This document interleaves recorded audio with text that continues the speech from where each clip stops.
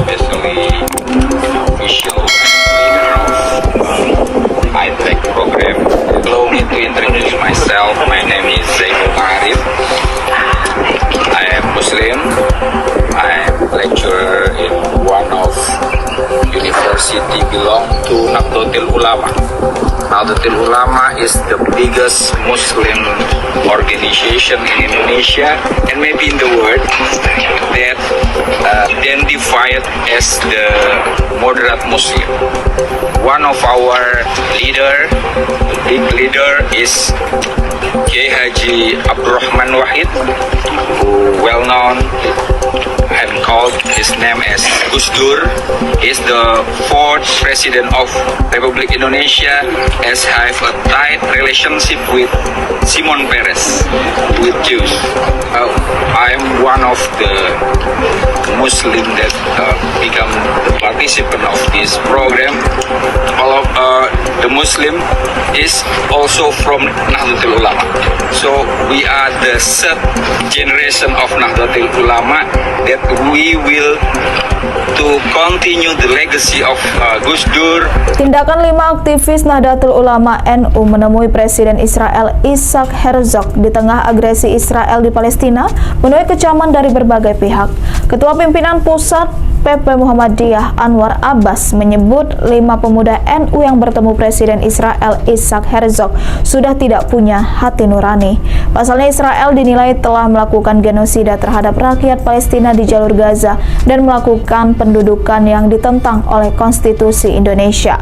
Menurut Anwar, tindakan kelima pemuda itu tidak berperi kemanusiaan sekaligus melecehkan jati diri bangsa.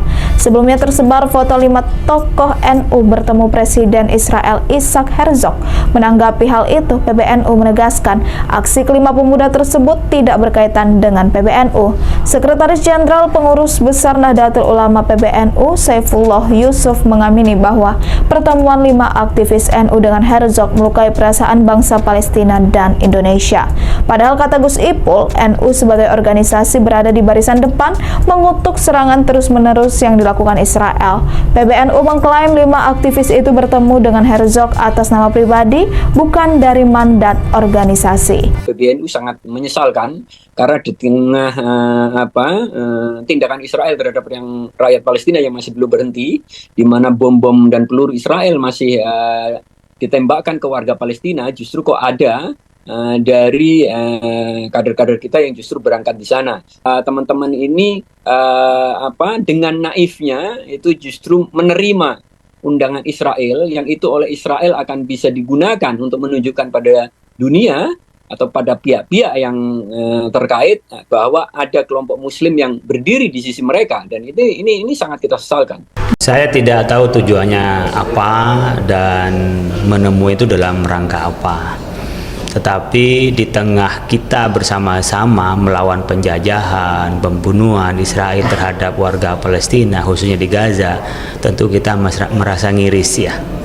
Mungkin kita yang berdonasi demi Palestina, kemudian kita juga memboikot tentang bagaimana perhatian kita terhadap Palestina, bentuk adalah bagian dari kita menolak terhadap penjajahan Israel kepada Palestina. Begitu juga dunia internasional mengecam terhadap keganasan Israel. Kemudian ada orang senyum-senyum dengan Presiden Israel, meskipun bukan presiden yang mempunyai kewenangan untuk mengatur itu, ada di Perdana Menterinya. Oleh karena itu momentum dan di tempat yang sedang orang bersedih, orang banyak yang meninggal, itu sungguh ya keterlaluan. Kami melihat langsung menyakitkan gitu ya. Oleh karena itu kita di Indonesia ini mulai dari pemerintah, Majelis Ulama, Nahdlatul Ulama, Muhammadiyah, bahkan agama-agama itu semuanya ya satu kata bahwa kita ini melawan penjajahan Israel terhadap Palestina dan mendukung kemerdekaan Palestina. Maka dengan datangnya itu, kalau dengan dalih berdialog, saya pikir sudah tidak lagi dialog. Ya, dikutuk oleh negara-negara, bahkan juga divonis untuk ditangkap. Netanyahu itu juga tidak digubris, apalagi hanya cuman omong-omong ya, hanya ngomong-ngomong sekedar dialog. Saya pikir tidak. Kalau untuk kepentingan lainnya kemudian tentu saya pikir tidak masuk akal lah ya untuk kita mengatakan memihak terhadap Palestina atau kebijakan negara kita, karena kebijakan kita jelas, kebijakan negara kita adalah membantu Palestina.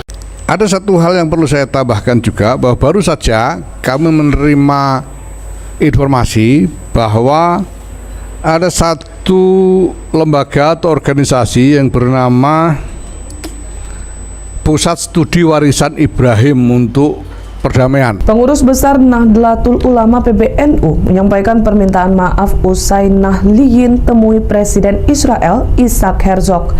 PBNU juga mengungkap dalang di balik terjadinya pertemuan itu. Ketum PBNU Gus Yahya membongkar biang kerok pertemuan 5 tokoh muda itu karena NU dicatut oleh organisasi bernama Pusat Studi Warisan Ibrahim untuk Perdamaian atau Rahim. Rahim diketahui terkait dengan 5 orang Nahliyin yang bertemu dengan Presiden Israel Isaac Herzog. Gus Yahya menyebutkan PBNU telah melakukan klarifikasi kepada LBM-NU, tapi ternyata tidak ada organisasi Rahim di LBM PBNU. Gus Yahya mengatakan bahwa kelima orang tersebut didekati oleh NGP yang merupakan advokat dari Israel untuk melobi satu persatu untuk diajak berangkat ke Israel. Ada satu hal yang perlu saya tambahkan juga, bahwa baru saja kami menerima informasi bahwa ada satu lembaga atau organisasi yang bernama Pusat Studi Warisan Ibrahim untuk Perdamaian yang membuat website rahim.org.id, ya. Di dalam websitenya ini dia mencantumkan bahwa seolah-olah bagian dari jaringan organisasi ini adalah LBM-NU, bahkan mencantumkan logo LBM-NU di dalam websitenya. Ya, saya sudah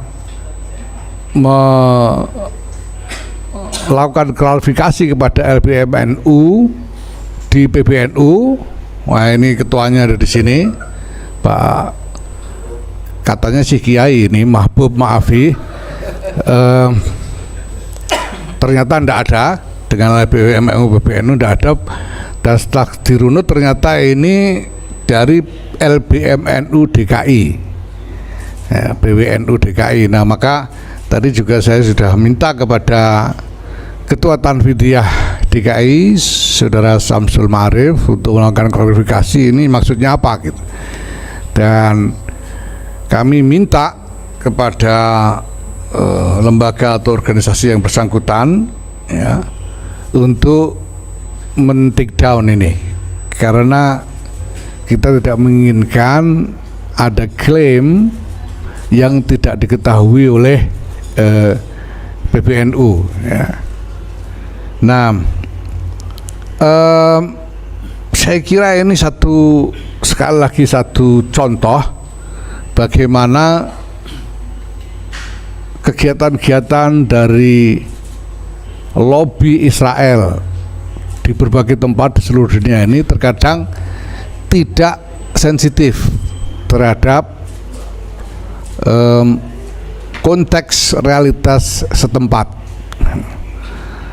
sehingga bukan hanya inisiatif yang dilakukan itu tidak membantu apa-apa terhadap Israel. Memangnya ini dengan berangkatnya 5 orang ini citra Israel jadi lebih baik di Indonesia? Kan enggak juga, malah sebaliknya justru orang-orang yang di bawah itu mengalami kerugian karena kredibilitas mereka kemudian ya menjadi terciderai karena itu. Maka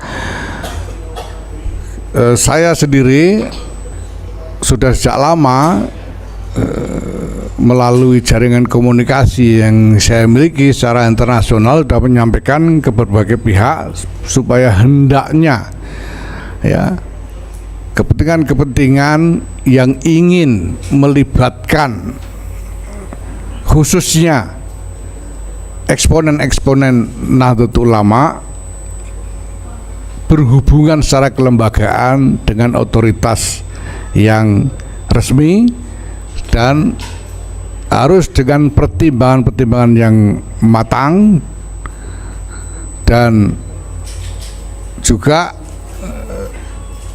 mempertimbangkan sensitivitas yang ada di seputar inisiatif yang dilakukan. Nah, ini saya kira penting untuk diperhatikan ya. Kita tahu bahwa di Indonesia ini juga ada beberapa organisasi lembaga yang beroperasi sebagai lobbyist Israel dan advokat Israel, melakukan advokasi untuk Israel, kita tahu. Dan saya minta, ya mau gimana lagi, mereka punya kepentingan silakan saja, tapi saya minta dalam hal ini ya engagement dengan berbagai pihak, khususnya yang berada di bawah wewenang saya adalah Nahdlatul Ulama. Ya, saya minta untuk melakukan engagement resmi secara kelembagaan dengan mempertimbangkan sensitivitas yang ada. Saya kira demikian. Terima kasih. Assalamualaikum warahmatullahi wabarakatuh. Bismillahirrahmanirrahim.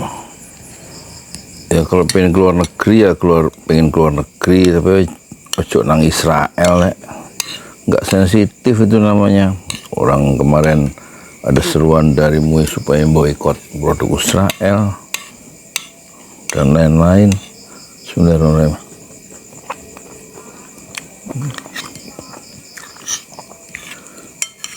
Kok enak dia ke Israel, akhirnya dikecam sama banyak orang termasuk dari PBNU, dari Muhammadiyah, dari MUI, Majelis Ulama. Rupanya 2 dari 5 orang itu kader ini ya, semuanya orang NU, anak-anak muda NU, tapi yang 2 itu rupanya unsur dari salah satu pengurus dari MUI pusat ya, dinonaktifin tuh katanya. Saya aja dinonaktifin nama YouTube sejak gara-gara membela Palestina, upload ngurusin video-video Abu Ubaidah. Akhirnya channel Bersama Jurnalis di blok ya sama Yahudi. Nggak gajian saya 7 bulan terus. Nggak bisa. Gara-gara itu belain Palestina dari November 2023, November, Desember, terus Januari 2024, ya, November, Desember, Januari, Februari, Maret, April, Mei, Juni, 8 bulan nggak punya duit gara-gara itu, gara-gara Yahudi itu kan. Iya, udah ke kantor pusat di Google, di situ tuh, di mana itu CSBD itu ya, Sudirman tuh loh, nggak bisa katanya karena isu-isu sensitif, jadi akhirnya kita di blok ya. Bismillahirrahmanirrahim.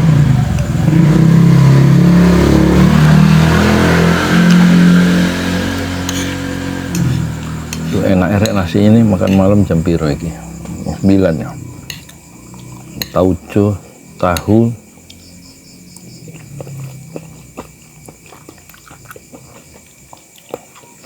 Jadi tahap pertama 5 anak muda N itu 1 nggak sensitif, yang kedua dia nekat ya. Dia kan nggak sensitif itu terus dia nekat maunya sendiri, nggak lihat konteksnya. Lagi semua dunia mengecam Israel, dia malah dukung Israel. Hadirnya dia ketemu Presiden Isaac Herzog itu Israel punya dalih, ini loh ada kelompok Islam dari umat Islam terbesar di Indonesia, di dunia, yaitu di Indonesia, yang dukung, yang berdiri di samping Israel, kan gitu. Yang untung ya bukan anak muda itu, yang untung Israel, dia nggak sadar itu bahwa kunjungan dia ke Israel tuh membuat Israel tuh untung ya, menang secara politis ya, seolah didukung oleh umat Islam Indonesia, padahal faktanya sebaliknya ya. Untung pada ngasih respon tuh PBNU, Gus Yahya ya, Stakuf, terus kemudian dari MUI, terus dari Ormas Muhammadiyah, nyalahkan anak itu. Bismillahirrahmanirrahim.